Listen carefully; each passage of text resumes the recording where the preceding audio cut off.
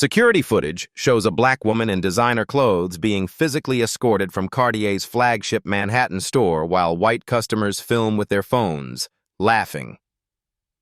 This is one of those black stories that reminds us how quickly real-life stories can shift from humiliation to triumph. The woman walking calmly toward the exit isn't just another victim of retail discrimination. She's Dr. Amara Stone, and what happens next will become one of the most touching stories of quiet power you'll ever witness. At 3:47 p.m. on Black Friday, sales associate Victoria Chen had just made the biggest mistake of her career. She looked at Amara's casual designer outfit and made an assumption that would cost her everything. "Ma'am, perhaps you'd be more comfortable at a more accessible retailer. Have you ever been judged so harshly that strangers assumed your bank account before you even opened your mouth?" The Cartier flagship store buzzed with Black Friday energy. Crystal chandeliers cast rainbow prisms across glass display cases filled with diamonds that cost more than most people's homes. Tourists pressed faces against windows, watching wealthy shoppers examine pieces worth hundreds of thousands. Dr. Amara Stone stepped through the brass revolving door at exactly 3:47 p.m. She wore dark jeans, a cream cashmere sweater, and comfortable flats. Her natural hair was pulled into a low bun. At 42, she moved with the quiet confidence of someone who had nothing to prove. She approached the nearest display case, studying a diamond tennis bracelet. The price tag read $340,000. Victoria Chen, a 28-year-old sales associate, watched from behind the counter. She exchanged a look with her colleague Marcus, a slight raise of her eyebrows that said everything. Victoria had worked luxury retail for 5 years. She knew the signs. "Excuse me," Victoria said, approaching with practiced politeness. "Are you looking for something specific today?" Amara glanced up. "Yes, I'm interested in seeing some pieces for my daughter's graduation gift." Victoria's smile tightened. She took a small step back, her hand unconsciously moving to clutch the jewelry case key hanging from her neck. "I see. And what's your budget range?" The question hung in the air. Other customers continued browsing, but Victoria's tone had shifted. Professional, but with an edge. "I hadn't set a specific limit," Amara replied evenly. "I wanted to see what you recommended." Victoria's eyes swept over Amara's outfit again. Jeans, flats, no visible jewelry except small diamond studs, no shopping bags from other high-end stores, no obvious signs of wealth. "Well, this particular piece," Victoria gestured to the tennis bracelet, "starts at $340,000. We do have some lovely options in our more accessible collection downstairs." Marcus nodded approvingly from behind the counter. They'd had this conversation before with customers who wandered in thinking Cartier was just another jewelry store. Unknown to them, 23-year-old college student Jake Martinez had started live streaming the moment he entered the store. His phone, propped against his backpack, captured everything. The stream showed 50,000 viewers and climbing. "More accessible," Amara repeated quietly. "I see." Her phone buzzed. A calendar reminder. Board meeting, acquisition finalization, 4:30 p.m. She silenced it without looking. "Ma'am, I don't mean to be presumptuous," Victoria continued, her voice carrying that particular retail tone reserved for difficult situations. "But perhaps you'd be more comfortable browsing at Tiffany. They have some beautiful pieces at various price points." The live stream viewer count hit 89,000. Comments flooded the screen. "Is this really happening? Record this! What year is it?" Amara's expression didn't change. She pulled out her phone and checked the time. 3:52 p.m. "I have exactly 38 minutes before my next meeting," she said calmly. "I'd like to speak with your manager about your customer service policies." Victoria's professional mask slipped slightly. "Our policies are very clear. We're here to help customers find pieces within their comfort zone." "And how do you determine someone's comfort zone?" The question was asked so quietly that Marcus had to lean forward to hear it. Victoria's face flushed. "Experience, ma'am. 5 years of helping customers make appropriate selections. Amara nodded slowly. Her phone showed a notification from her assistant. All systems ready for 4:30 meeting. Legal team standing by. The live stream now showed 127,000 viewers. The hashtag Cartier racism had started trending. I'd still like to speak with your manager. Victoria exchanged another look with Marcus. This was escalating beyond their comfort level. She reached for the phone behind the counter. Derek, we have a situation in the VIP section. Could you come down? Derek Walsh, the 45-year-old floor manager, arrived within 2 minutes. He had worked luxury retail for 15 years and prided himself on reading people quickly. He looked at Amara, took in her outfit, her calm demeanor, the slight tension in Victoria's shoulders. Good afternoon, ma'am. I understand there's been some confusion? No confusion, Amara replied. Your associate suggested I shop elsewhere based on her assessment of my financial capability. I'm curious about the methodology behind that assessment. Derek's eyes narrowed slightly.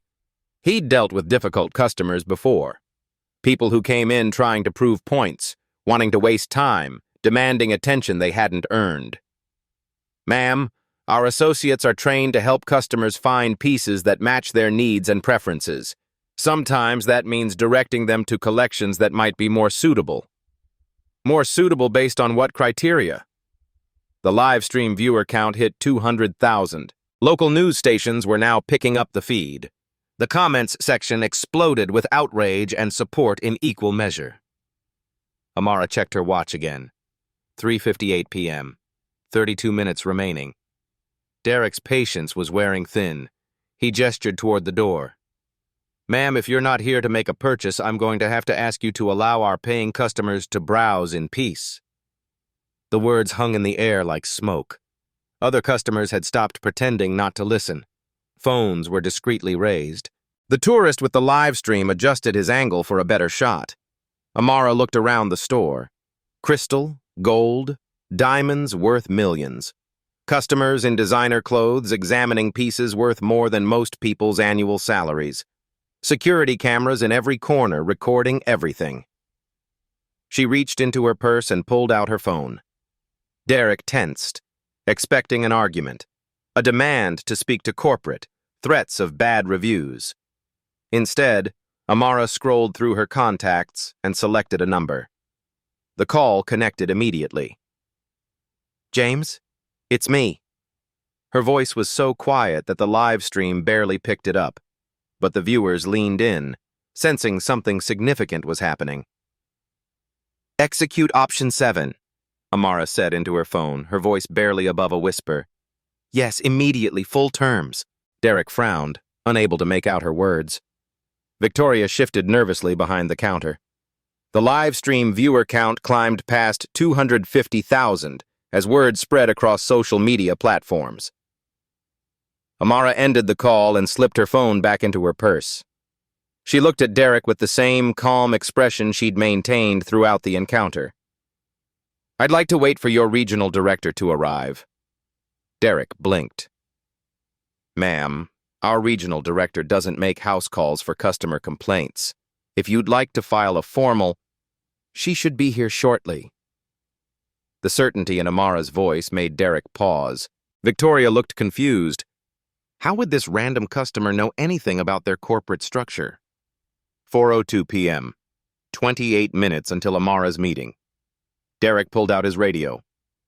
Mike, could you come to the VIP section? We may need an escort situation. Mike Rodriguez, head of store security, appeared within 60 seconds. He was a former NYPD officer who had worked retail security for 8 years. He positioned himself near the exit, hand resting on his radio. The store had filled with onlookers. What started as casual Black Friday shopping had become a spectacle. 3 customers were openly recording with their phones. The live stream showed split-screen comments in multiple languages as international viewers joined. Fashion blogger Sarah Kim entered the store and immediately recognized what was happening. She'd built her following by documenting exactly these kinds of encounters. Her phone came out, adding another angle to the growing documentation. "Ma'am," Derek said, his voice carrying new authority with security present, "I need you to either make a purchase or leave the store. You're disrupting our other customers." Amara glanced around. The other customers were all staring at her, phones recording, clearly entertained by the drama. Nobody was shopping. "I'm not disrupting anyone. I'm simply waiting." "Waiting for what?" "Your regional director." Derek's frustration boiled over. "Lady, I don't know what game you think you're playing, but—" The store's landline rang. Derek glanced at Victoria, who answered. "Cartier, 5th Avenue, this is Victoria." Her face went pale. "What? No, Yes, sir. Right away." She hung up and looked at Derek with wide eyes. "That was corporate. They want all transactions suspended immediately. They're sending someone down." Derek's confidence wavered. "Suspended? Why would they—" His personal cell phone rang. Unknown number. "Derek Walsh." "Mr. Walsh, this is Jennifer Walsh from Regional Operations. I'm currently en route to your location. Under no circumstances are you to remove the customer in your VIP section. Is that understood?" Derek stared at his phone. "Walsh, are you related to—" "I'm your sister, Derek, and you're in serious trouble." The call ended. Derek's face drained of color. Victoria looked between him and Amara, trying to piece together what was happening. 4:07 p.m. 23 minutes remaining. The live stream had reached 340,000 viewers. #Cartier racism was trending in 12 countries. News outlets were beginning to pick up the story in real time. Mike stepped closer to Derek. "Everything okay, boss?" Derek didn't answer. He was staring at Amara with growing recognition that he'd made a terrible mistake, but still not understanding the magnitude. Amara checked her watch. Her phone buzzed with a text from her assistant. "Legal team is ready. Press statement drafted. Waiting for your signal." She typed back. "Not yet. Let them come to us." 3 black SUVs pulled up outside the store. Through the floor-to-ceiling windows, everyone could see men in suits stepping onto the sidewalk. Store customers pressed against the glass to watch. Victoria dropped the jewelry piece she'd been holding. The sound of it hitting the marble counter echoed through the suddenly silent store. "Ma'am," Mike said to Amara, his tone respectful but firm, "I'm going to need to ask you to step outside while we sort this out." "I'll wait here, thank you." Mike looked to Derek for guidance, but Derek was frozen, staring at the SUVs outside. The store's main phone rang again. Victoria answered with shaking hands. "Cartier, 5th Avenue." "Yes, sir." "No, sir, she's still here." "Yes, sir, I understand." She hung up and looked at Derek. "They want everyone to stay exactly where they are. Nobody leaves until the regional director arrives." 4:12 p.m. 18 minutes until Amara's meeting. The first SUV's passenger door opened. A woman in an Armani suit stepped out, followed by 2 men carrying briefcases. Jennifer Walsh was 38 years old, Harvard MBA, and had been running Cartier's North American operations for 3 years. She entered the store like a force of nature. Her heels clicked against the marble floor as she surveyed the scene. Cameras, live streams, terrified employees, and one calm black woman standing in the center of it all. "Ms. Stone," Jennifer said, extending her hand, "I apologize for this situation." Derek's mouth fell open. Victoria looked like she might faint. The live stream comments exploded. "She knows her name! Who is this woman? Someone Google Dr. Amara Stone." Jennifer turned to Derek. "You must be my brother." "Jen? What are you doing here? How do you know—" "Derek Walsh, you are terminated. Effective immediately. Security will escort you from the building." The words echoed through the store. Customers gasped. The live stream viewer count hit 500,000. Derek sputtered. "You can't just fire me. I was protecting the store from—" "From what?" A potential customer who wanted to make a purchase? Jennifer's voice was ice-cold professional. She turned to Victoria. Ms. Chen, you're suspended pending investigation. Please surrender your access cards and leave the premises. Victoria's hands shook as she removed her name tag and keys. I was just following protocol. We get people in here all the time who what? Jennifer's eyebrows raised. Please finish that sentence for our viewers. The live stream was now being broadcast on CNN and Fox News simultaneously. International media had picked up the feed. This wasn't just a store incident anymore. It was a global event. Amara remained calm throughout the chaos. She checked her watch. 4:18 p.m. 12 minutes until her meeting. Jennifer's phone rang. She glanced at the screen and answered immediately. Yes, sir. The situation is contained. Yes, she's here. Understood. She ended the call and looked at Amara with something approaching reverence. Ms. Stone, the board is ready for you. Derek grabbed his sister's arm. Board? What board? What is happening here? Jennifer pulled away from his grip.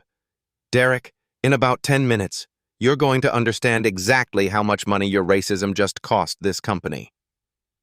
She turned to the crowd of onlookers, cameras, and live streams. Ladies and gentlemen, I need to ask everyone to remain calm. What you're about to witness is the conclusion of a business transaction that's been in negotiation for 18 months. Sarah Kim's fashion blog was getting 50,000 hits per minute. Her live updates were being shared across every major social platform.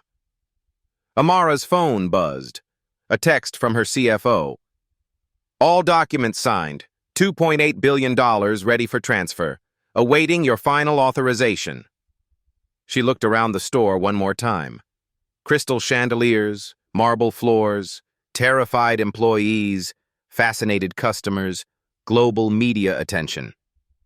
4:20 p.m. 10 minutes until the meeting that would change everything. Shall we go upstairs? Jennifer asked. Amara nodded. I believe we have business to discuss. The elevator ride to the 47th floor was silent except for the soft hum of machinery. Jennifer Walsh stood beside Amara, both women staring at the ascending floor numbers. Derek had been left downstairs, still demanding explanations while security prepared his escort from the building. I want you to know, Jennifer said quietly, that what happened today doesn't represent our company values. Amara didn't respond. Her phone showed 17 missed calls from various news outlets. The live stream from downstairs was now being covered by major networks in real time. The elevator opened to reveal Cartier North America's executive boardroom. Floor-to-ceiling windows offered a panoramic view of Manhattan. A mahogany conference table stretched across the center, surrounded by leather chairs worth more than most people's cars. 12 Cartier executives sat on one side. 8 Stone Enterprises lawyers sat on the other. At the head of the table, a presentation screen displayed Proposed Acquisition, Cartier North America, $2.8 billion cash purchase. Amara entered wearing the same jeans and cashmere sweater from the store. Every executive in $1,000 suits turned to look at her.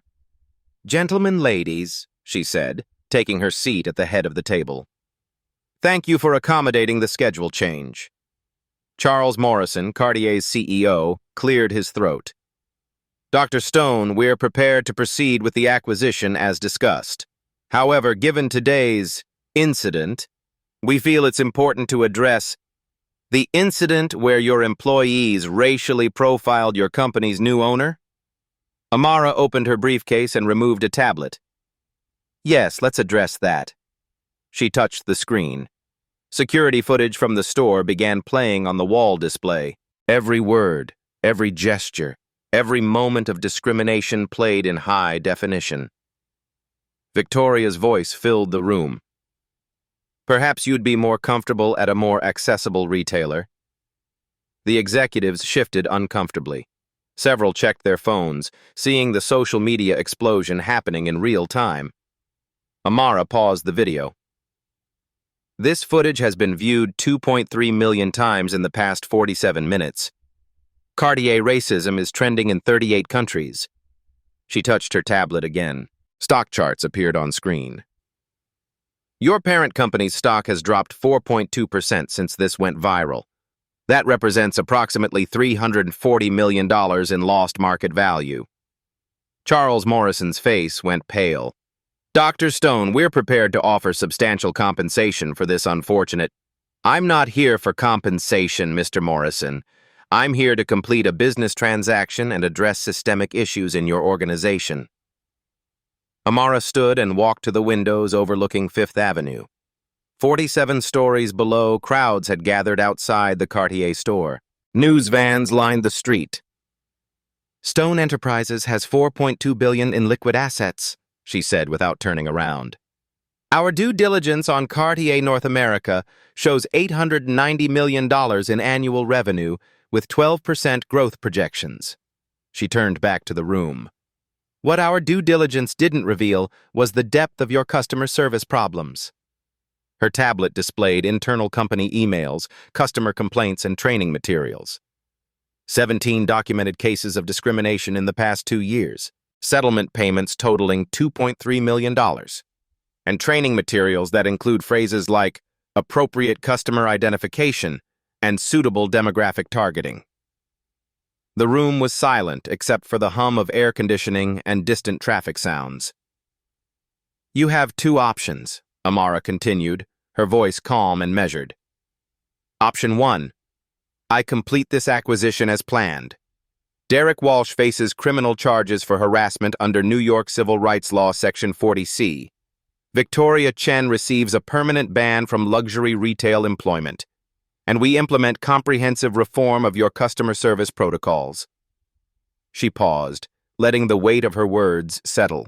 Option 2. I withdraw my offer, release this footage to every major network, file a federal discrimination lawsuit under Title II of the Civil Rights Act, and direct my hedge fund associates to short your stock while the media coverage destroys your brand reputation. Charles Morrison looked around the table at his executives. Panicked expressions reflected back at him. Dr. Stone, surely we can reach a reasonable...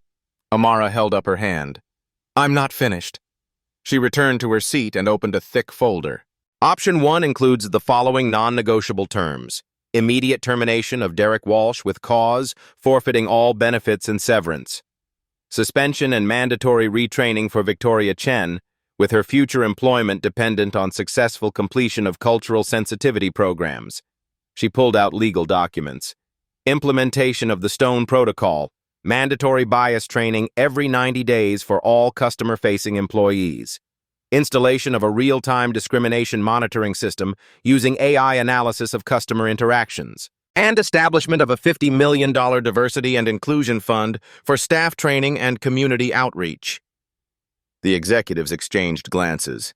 $50 million was significant, but not compared to the potential losses from a prolonged discrimination scandal. Furthermore, Amara continued, all store interactions will be recorded and reviewed monthly by an independent oversight committee. Any employee found engaging in discriminatory behavior will face immediate termination. Her phone buzzed. A text from her media director. CNN, Fox, BBC, and international networks all requesting live interviews. How should we respond? She typed back, not yet. Let the board decide first. Jennifer Walsh entered the boardroom. I apologize for the interruption. Dr. Stone, the media presence downstairs is substantial. We have reporters from 14 countries requesting statements. Amara nodded. Thank you, Ms. Walsh. Please inform them that there will be an announcement within the hour. Charles Morrison realized the magnitude of the situation. This wasn't just about one store incident anymore.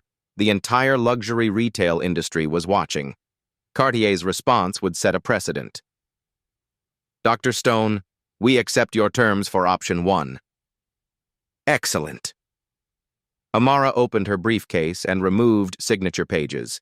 The acquisition documents require your signature authorizing the sale. The Stone Protocol implementation begins immediately. Her phone rang. She glanced at the screen. James Chen, CFO, Stone Enterprises. "Excuse me," she said to the room, answering the call. "James, are the funds ready for transfer?" "Yes, full amount. Authorization code Charlie 7 Alpha. Execute immediately." She ended the call and looked around the table. "Gentlemen, ladies, welcome to the Stone Enterprises family. The $2.8 billion purchase price has been transferred to your accounts. Cartier North America is now a subsidiary of Stone Enterprises." The reality hit the room like a physical force. The woman they had discriminated against, the customer they had tried to remove, now owned their company. Charles Morrison signed the documents with shaking hands. "Dr. Stone, I want to personally apologize." "Save your apologies for the press conference. We have media interviews starting in 20 minutes. Amara gathered her papers and stood. "Ms. Walsh, please prepare a statement confirming Derek Walsh's termination and Victoria Chen's suspension. Include details about the Stone Protocol implementation and our commitment to eliminating discrimination from luxury retail." Jennifer nodded. "Already prepared, Dr. Stone. And please arrange for all security footage from today to be released to media outlets. Full transparency." The executives looked horrified.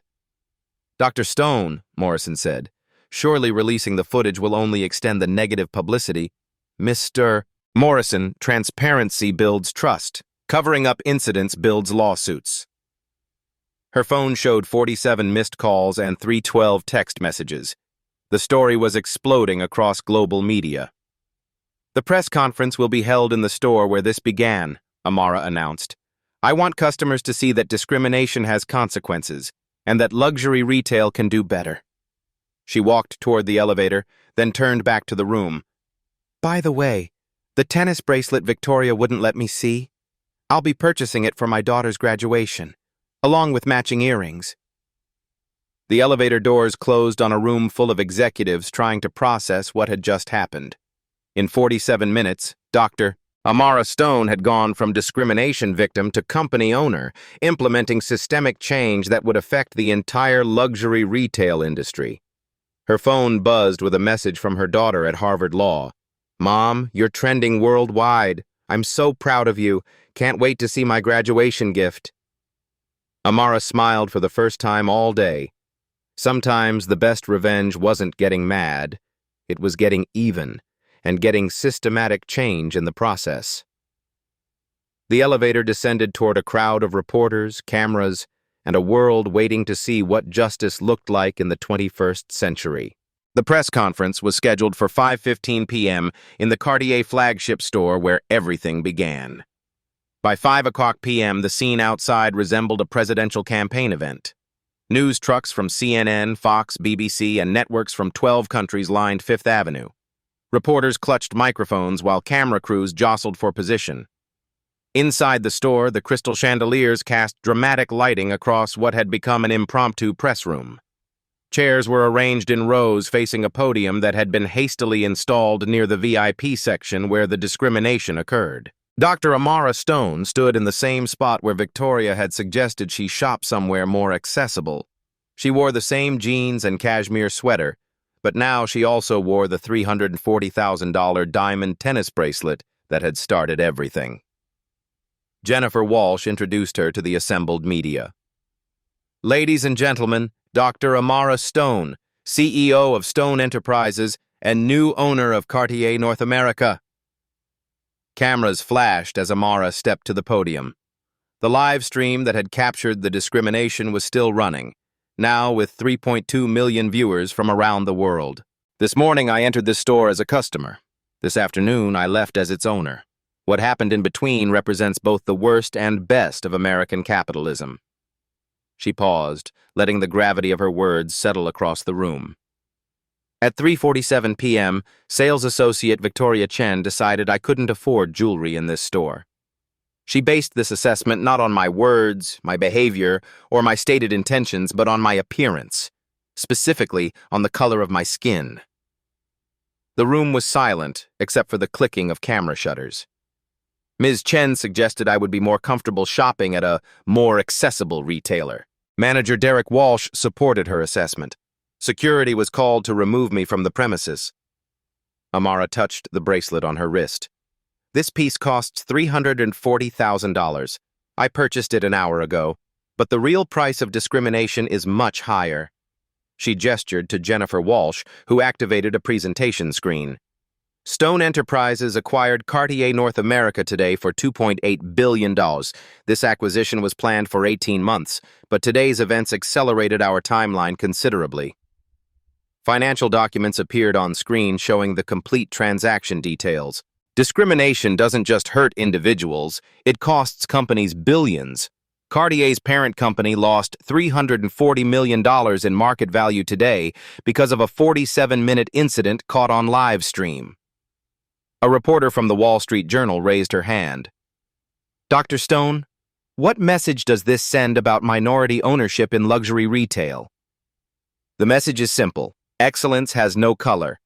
Stone Enterprises operates in 43 countries with $12 billion in annual revenue. We didn't buy Cartier because we were angry. We bought it because it was a sound investment that also allows us to drive systemic change. Another reporter. What specific changes will you implement? Amara nodded to Jennifer, who displayed the Stone Protocol framework. Every customer interaction in every Stone Enterprises retail location will be recorded and analyzed using artificial intelligence bias detection. Employees receive mandatory cultural sensitivity training every 90 days. Any discrimination results in immediate termination with no appeal process. She clicked to the next slide, showing statistical projections. We're implementing these standards across all luxury retail properties we acquire. By 2027, Stone Enterprises will own or manage 400 luxury retail locations globally, serving as a model for discrimination-free shopping experiences. A reporter from CNN asked, "What happened to the employees involved in today's incident?" Derek Walsh was terminated immediately. His discrimination violated New York Civil Rights Law Section 40C, which prohibits denial of service based on race. We're cooperating with the Manhattan District Attorney's Office regarding potential criminal charges. The cameras captured shocked expressions across the room. Criminal charges for retail discrimination were rare but legally justified. Victoria Chen is suspended pending completion of a comprehensive bias training program. Her future employment depends on demonstrating genuine understanding of why her actions were harmful. Amara's phone buzzed with a text from her legal team. DA's office confirms they're reviewing the case for criminal prosecution. Walsh could face misdemeanor charges. She continued, "But this isn't about revenge. It's about creating systems that prevent future incidents." The presentation screen showed screenshots of social media coverage. Cartier racism had generated 8.7 million posts across all platforms. Today's live stream was viewed by 4.2 million people in real time. Comments came from customers sharing similar experiences at luxury retailers worldwide. This is a global problem requiring systematic solutions. A reporter from the London Financial Times asked, "Dr. Stone, critics suggest you're using your wealth to silence legitimate business practices. How do you respond?" Amara's expression didn't change. What legitimate business practice involves telling a customer they can't afford merchandise without seeing their payment method? What training manual teaches employees to assess purchasing power based on clothing or skin color? She pulled out her phone and displayed a screenshot. Victoria Chen's training materials included instructions for appropriate customer identification and demographic-based service levels. These aren't business practices, they're institutionalized discrimination.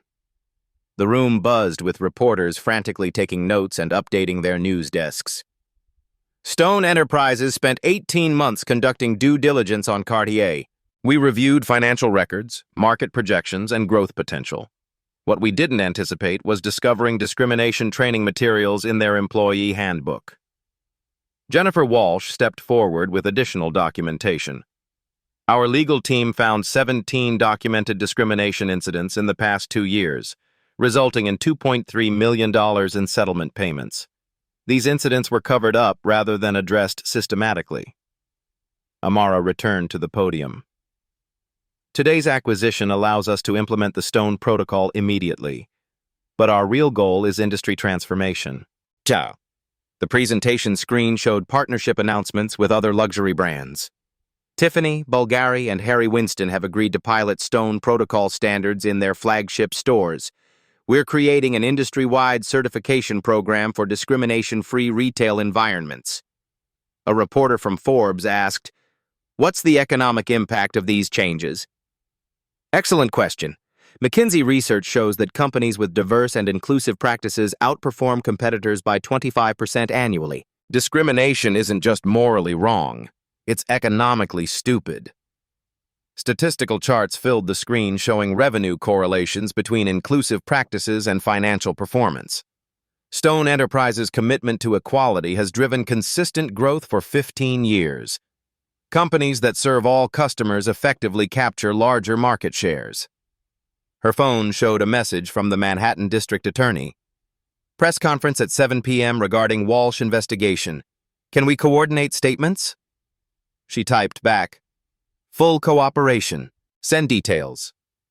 "Ladies and gentlemen," Amara announced, "the Manhattan District Attorney will hold a press conference at 7 p.m. regarding potential criminal charges in this case. Stone Enterprises is providing full cooperation with law enforcement." The room erupted with questions about criminal prosecution. Retail discrimination rarely resulted in criminal charges, making this case unprecedented. "Dr. Stone," shouted a reporter from the New York Times, "what advice do you have for other minorities facing discrimination?" Amara paused, considering her words carefully. "Document everything. Use your phone to record interactions. Share your experiences on social media. Discrimination thrives in darkness, but withers under public scrutiny." She gestured around the transformed store. 18 months ago, I was planning a routine business acquisition. Today, that acquisition became a platform for systematic change because one employee thought my jeans meant I couldn't afford diamonds.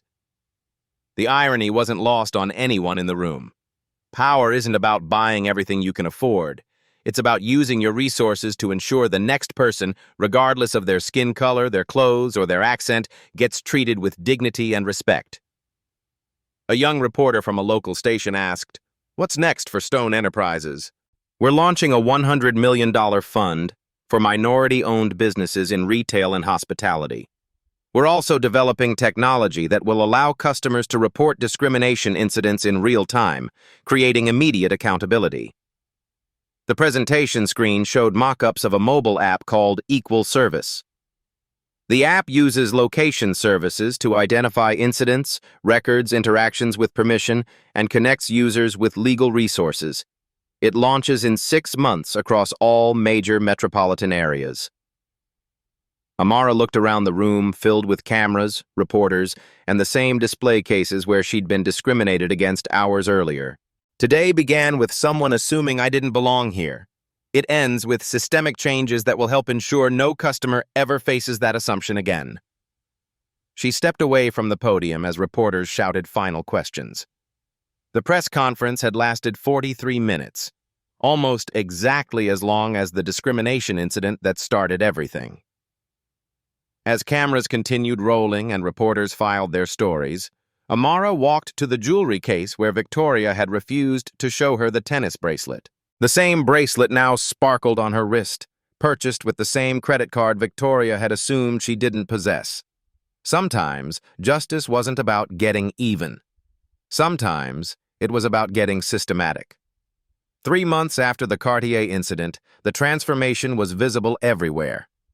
Stone Enterprises had implemented the Stone Protocol across 47 luxury retail locations in 12 cities. The results exceeded every projection. Derek Walsh sat in an unemployment office in Queens, filling out applications for retail positions he was no longer qualified to hold. His termination for cause had been reported to industry databases, effectively ending his luxury retail career. The Manhattan District Attorney had filed misdemeanor charges for violating civil rights laws. His court date was set for next month. Victoria Chen completed her 90-day bias training program at a facility in Chicago. The intensive course included role-playing exercises, cultural sensitivity workshops, and direct conversations with discrimination victims. She emerged genuinely changed, with a new understanding of how unconscious bias shapes customer interactions. "I never thought I was racist," she told her counselor during the final session. "I thought I was being professional.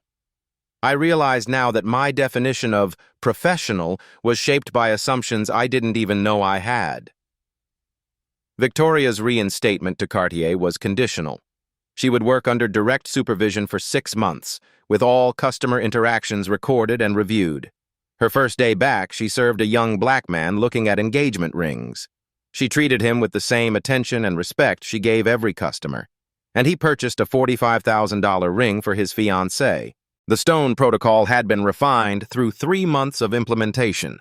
Artificial intelligence now analyzed customer interactions in real time, flagging potential bias before it escalated. Store managers received alerts when discrimination was detected, allowing immediate intervention. The results were remarkable. Customer satisfaction scores increased 34% across all Stone Enterprise properties. Revenue grew 28% as previously alienated customers returned. Employee turnover dropped 41% as staff training improved job satisfaction and reduced conflict situations. Jennifer Walsh had been promoted to Chief Operating Officer for Stone Enterprises' retail division. Her first initiative was expanding the Stone Protocol to partner brands. Tiffany reported a 19% increase in customer satisfaction after implementing the system. The Equal Service app launched ahead of schedule, downloaded by 2.3 million users in its first month. The app's real-time reporting feature documented 847 instances of improved customer service, with only 12 discrimination complaints filed across all participating retailers. Harvard Business School added the Cartier case study to their curriculum. Professor Maria Santos explained to her students, "Dr. Stone didn't just buy a company, she transformed an industry. The Stone Protocol is now standard practice for luxury retailers globally." The $100 million Minority Business Fund had already distributed $34 million to 156 small businesses. Maria Gonzalez used her $50,000 grant to expand her jewelry boutique in Miami. Dr. Stone showed us that success isn't about proving we belong, it's about making sure everyone knows they belong. Criminal charges against Derek Walsh resulted in a guilty plea to misdemeanor civil rights violations. He received 6 months community service at diversity training centers, educating other retail workers about discrimination consequences. The live stream that captured everything had been viewed 12.7 million times. Jake Martinez, the college student who filmed it, used his viral fame to launch a social justice documentary series. "I was just trying to buy a gift for my girlfriend," he said. "I never expected to document history." Dr. Amara Stone's daughter graduated from Harvard Law with the diamond tennis bracelet sparkling on her wrist. In her valedictorian speech, she said, "My mother taught me that power isn't about what you can buy, it's about what you can change." The retail industry transformation extended beyond luxury stores. Major chains implemented similar bias detection systems. Walmart, Target, and Nordstrom adopted modified versions of the Stone Protocol, affecting millions of customer interactions annually. Cartier's parent company stock had recovered and risen 8% above pre-incident levels. Investors recognized that systematic inclusion drove profitable growth. The discrimination scandal became a transformation success story. 3 months later, Victoria Chen served her first VIP customer since returning to work. An elderly black woman entered looking for a gift for her granddaughter. Victoria treated her with complete respect and attention. The customer purchased $89,000 in jewelry and left a 5-star review specifically praising Victoria's service. Victoria kept that review printed and framed on her desk. A reminder that change was possible, growth was real, and everyone deserved to be treated with dignity regardless of their appearance. The Stone Protocol had processed over 2.8 million customer interactions with a 99.7% satisfaction rate. Discrimination complaints across participating retailers dropped 73% industry-wide. 1 year later, Dr. Amara Stone stood in the same Cartier store where everything began. The space looked identical: crystal chandeliers, marble floors, gleaming jewelry cases, But everything had changed. The Wall Street Journal featured Stone Enterprises on their front page. The Quiet Revolution, how one discrimination incident transformed luxury retail. The article detailed how these real-life stories of injustice could spark systematic change when met with strategic power. Stone Protocol had expanded to 847 luxury retailers across 6 continents. Customer satisfaction scores averaged 98.3% across all locations. Revenue at participating stores increased an average of 31%, as previously excluded customers felt welcome to shop. Victoria Chen had become a regional training director, helping implement bias detection systems across the Southeast.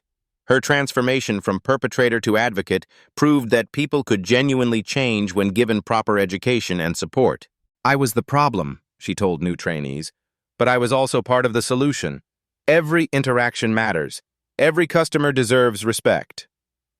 Derek Walsh completed his community service and enrolled in diversity counseling certification programs. His criminal conviction remained on his record, but he'd found purpose educating others about discrimination's consequences. The Equal Service app had recorded 12.4 million positive interactions and helped resolve 2,847 discrimination incidents before they escalated. Customer reviews consistently praised the accountability it created. Jake Martinez's documentary series, Retail Racism, won 3 Emmy Awards. His original live stream remained the most watched discrimination documentation in social media history, viewed 89 million times globally. Dr. Stone's daughter completed her first year at a prestigious law firm, specializing in civil rights cases. She wore her graduation bracelet to court, a reminder that justice could be both personal and systematic. Harvard Business School's case study became required reading for MBA programs worldwide. The Stone model of ethical capitalism demonstrated how addressing discrimination could drive profitability and market expansion. The $100 million Minority Business Fund had grown to $340 million through corporate partnerships. Over 2,100 businesses received funding, creating 47,000 jobs in underserved communities. Stone Enterprises went public 18 months after the Cartier acquisition. The IPO raised $8.7 billion, making it one of the largest retail public offerings in history. Dr. Stone donated $2 billion of her personal proceeds to educational initiatives focused on eliminating systemic bias. These touching stories remind us that individual actions create ripple effects across entire industries. When discrimination meets strategic power, the results can transform society in ways that benefit everyone. The Stone Protocol became standard practice for major retailers globally. Macy's, Bloomingdale's, Saks Fifth Avenue, and international brands adopted similar systems. Customer service discrimination dropped 68% industry-wide within 2 years. Training programs based on Victoria Chen's transformation helped 50,000 retail employees understand unconscious bias. Employee satisfaction increased as workers felt better equipped to serve all customers effectively.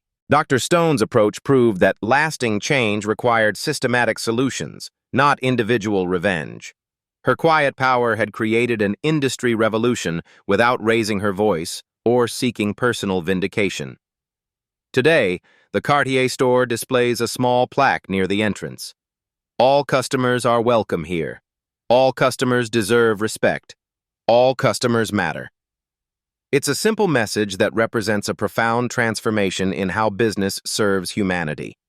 Have you experienced discrimination while shopping or seeking service? Your story matters, and your voice can create change. Share your experience in the comments below. Real accountability starts with honest conversation. If this story inspired you to stand up against bias when you witness it, hit that subscribe button and share this video with someone who needs to hear it. These Black stories and life stories remind us that change happens when good people refuse to stay silent. Remember, your experience, your story, your voice, they all have power. Use it. Because sometimes the most touching stories begin with someone assuming you don't belong and end with you transforming the entire system.